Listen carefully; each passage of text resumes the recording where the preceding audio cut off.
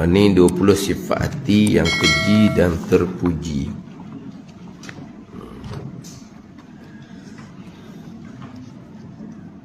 Muka surat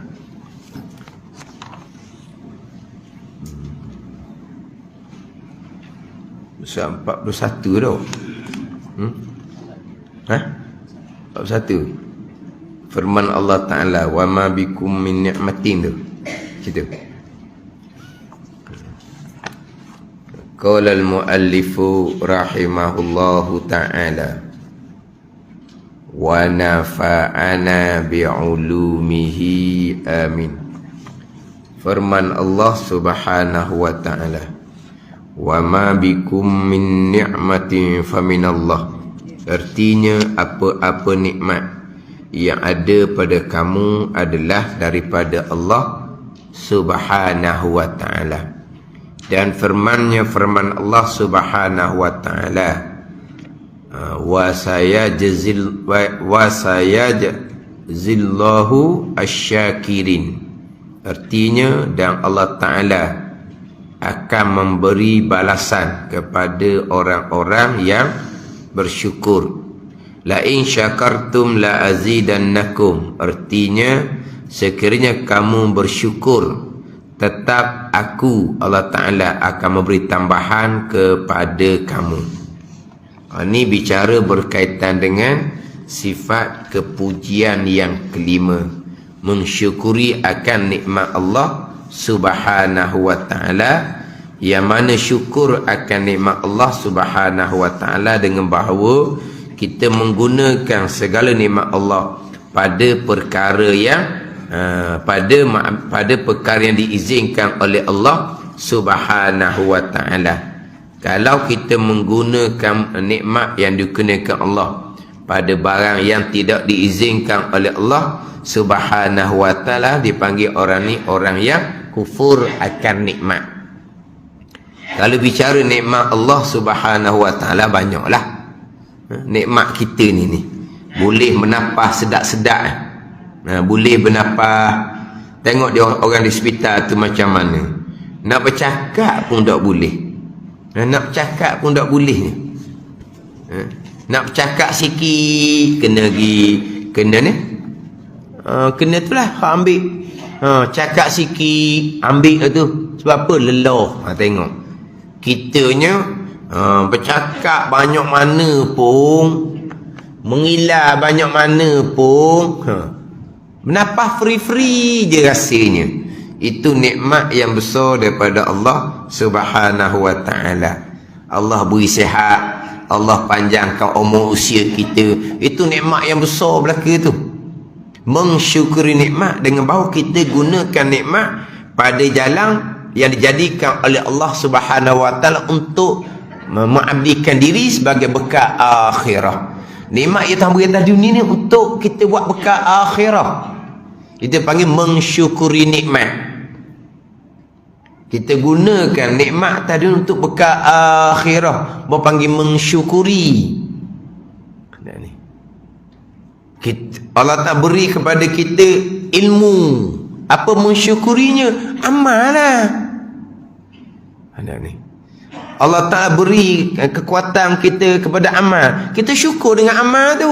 Jangan kita nak tukar amal kita untuk niat perkara yang lain.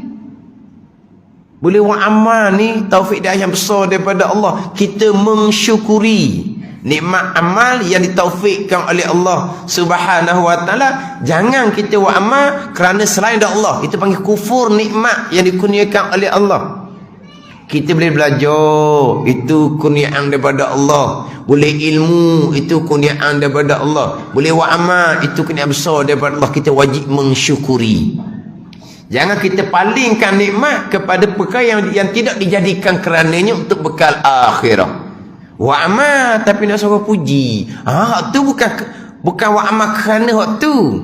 Buat amal ni kerana akhirat. Tiba-tiba buat amal gitu kau kerana nak dapat pujian. Tak mensyukuri nikmat taufik hidayah daripada Allah Subhanahu wa ta'ala. Dalam kehidupan kita ni Dengan hartanya, dengan anak cucunya. Itu nikmat yang besar daripada Allah. Orang susah ramai mana. Orang siapa kesudah tak boleh anak ramai mana. Ramai orang tak boleh anak. Boleh anak pun kadang-kadang Allah tak beri masa sekejap saja, kemudian Allah ambil balik. Tapi kitanya boleh anak membesar depan mata kita. Nikmat yang besar. Apa tu yang dia jadikan anak ni? Untuk menambahkan ummah Nabi SAW yang mengabdikan diri akan Allah Subhanahu Wa Taala. Itu tujuan dianya.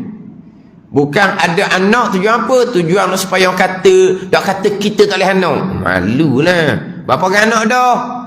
Tak ada lagi. Kan ni kau lama dah kan? Lagi kau lama mandu ke? Oh, boleh anak mujurlah. Sebab apa? Tak mandu. Dah, mujur boleh anak. Sebab apa? Bertambah ummah Nabi SAW. Nabi berbangga di padang mahsyar ummah yang ramai. Kemudian anak ni sebagai bekal untuk hari akhirah kitanya. Itu mensyukuri nikmat. Tuhan beri pula kekuasaan. Kena syukur molek nikmat. Kekuasaan bukan untuk bermegah-megah. Kekuasaan untuk bukan berbangga-bangga.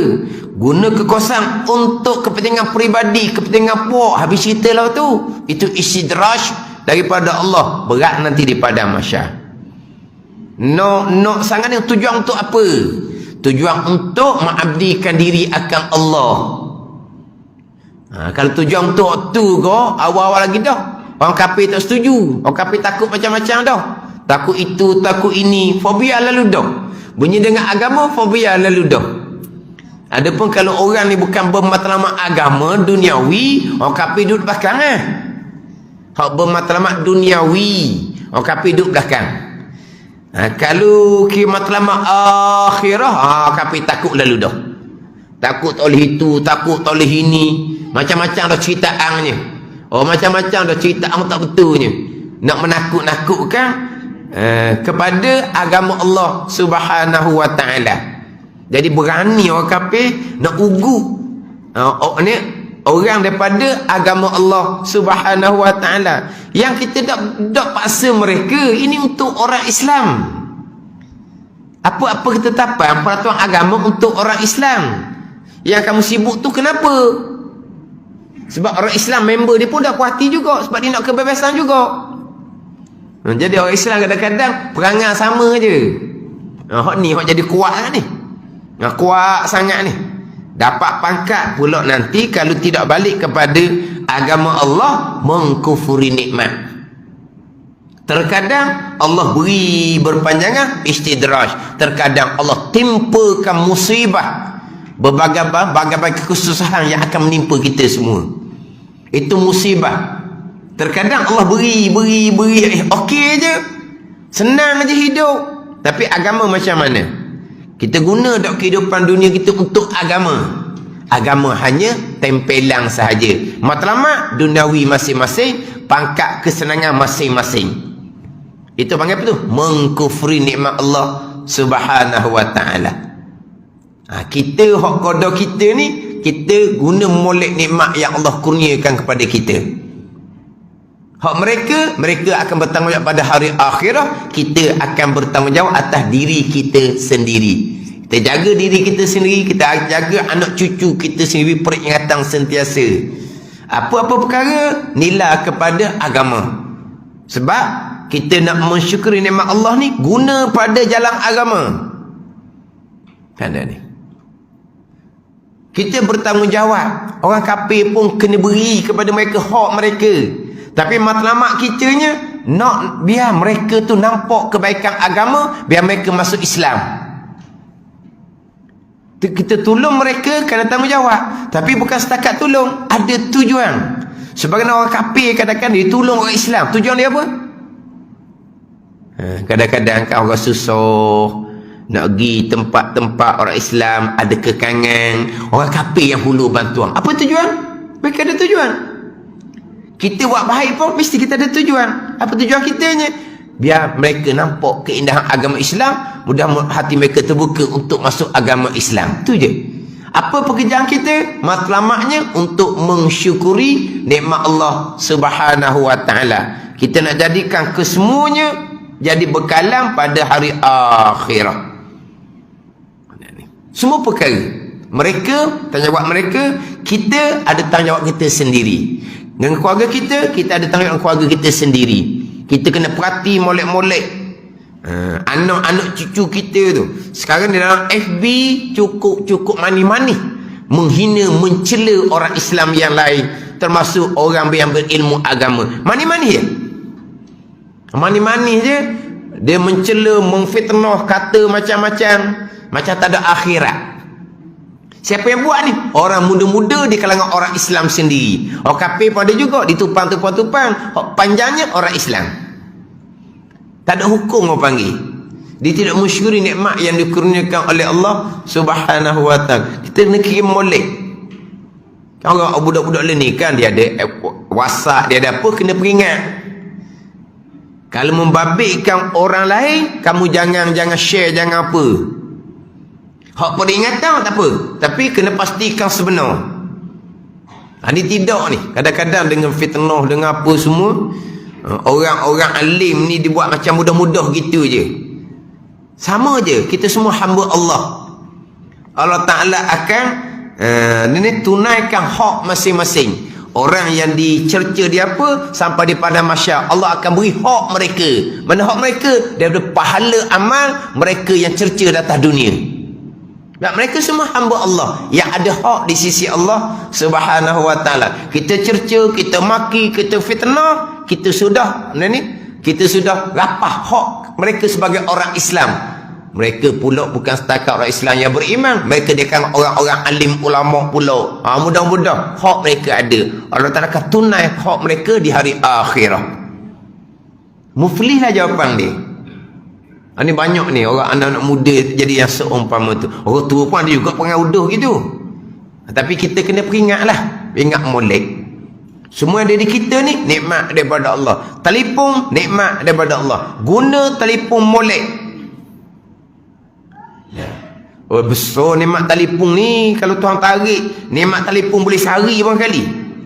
Bukan kamu sehari gelap tak ada apa tak ada apa dia panggil tak ada lain. Tak ada lain sehari, tak ada lain. Bukan kamu dia kata macam duduk dalam gua. Sudah sehari tak ada. Besar je nikmat telefon ni. Akhirnya tidak mensyukuri nikmat, mengkufuri nikmat. Dengan telefon tu jugalah terputus dah hubungannya. Mumung aku.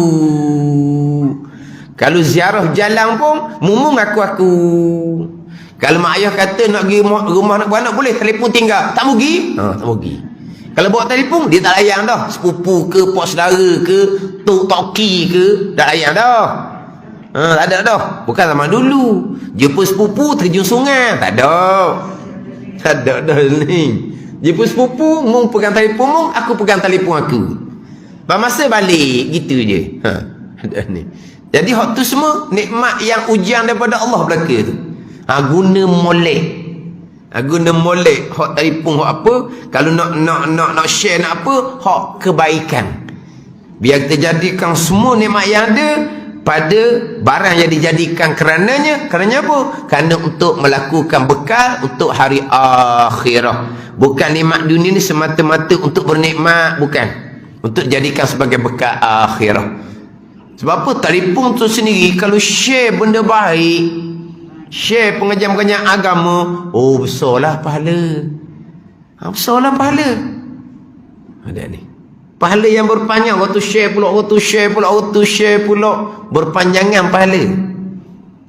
Tapi kalau mengkufuri nikmat, membabit pula dosa dengan anak Adam yang lain, dengan dosa dengan alim ulama pula, itu bawa pada muflih di padang mahsyar bila mengkufuri nikmat yang dikurniakan oleh Allah Subhanahu wa taala. Dalam pada itu banyak hamba-hamba Allah yang tidak bersyukur, sebagaimana firman Allah Taala, wa qalilum min ibadihi syakur. Wallahu alam. Bismillahirrahmanirrahim. Alhamdulillahirabbil alamin. Wassalatu wassalamu ala sayyidil mursalin وعلى آله وصحبه أجمعين اللهم افتح علينا فتوح العارفين اللهم علمنا علم الأكاديمين وفهمنا فهم السابقين وارزقنا رقى الطالبين اللهم زدنا علما وألحقنا بالصالحين وصلى الله على سيدنا محمد وعلى آله وصحبه وسلم والحمد لله رب العالمين.